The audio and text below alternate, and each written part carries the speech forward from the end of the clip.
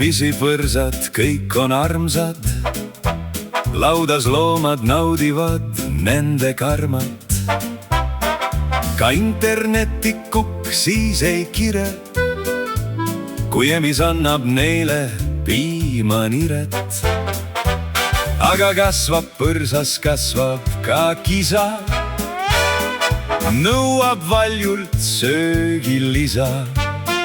Justkui kõik peaksid rügama tema heaks, tahab saada kiirelt tähtsaks eaks. Visatööd ja empaatiat on selleks vaja, nartsis põrsas vaid oma ego ette ajab. Laudas sobib tal olla vaid omas reas, pidevat karjääri nipid on tal peas.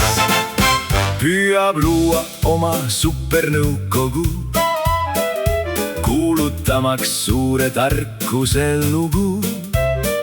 Ehk see, kes veel eile imes piima, täna õpetab kõiki, kuidas maailma liita. Nartsis põrsas vorbib pidevaid arenguplaane, uhkeid visioone ja kavandab karjäärisaane. Õhina põhises ta unustab aga põhitoe, et sööda küna üha rohkem tühjust põeb. Kui õhtuvaikus saabub üle aia ja laudas keegi enam ei laia, siis emis lohutab lauda loomini. See on nartsis põrsa edevus, seaks trügimise viis. Oi põrsas edev noor, sigutiklus, elutarkus on tegelik ja väga suur rikkus.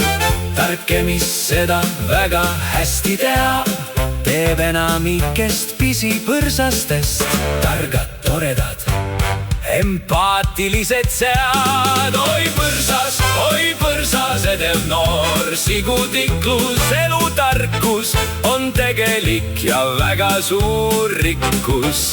Tark emis seda väga hästi teab, teeb enamikest pisipõrsastest targad, toredad.